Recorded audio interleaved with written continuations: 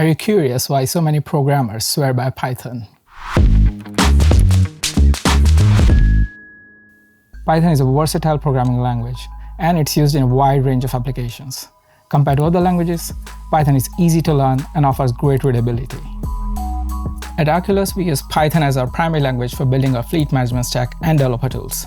Additionally, we also use it for automating processes and maintaining our infrastructure. Python has a simple, clear, and concise syntax.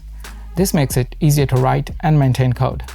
It provides the benefit of quick iterations and rapid prototyping. Another benefit of Python is that it can be used on many platforms: Windows, Mac, and Linux.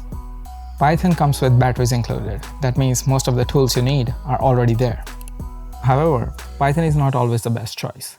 For example, safety-critical or high-performance applications are usually tackled using other languages. Due to its dynamic nature, Python doesn't provide type safety, and it's also significantly slower compared to other languages. Rust and C++ are better suited for tackling such problems. They are type-safe, efficient, and have high performance. Nevertheless, Python is a fantastic programming language. Its simplicity and readability make it a top choice among developers. But for certain applications, other languages might be more appropriate.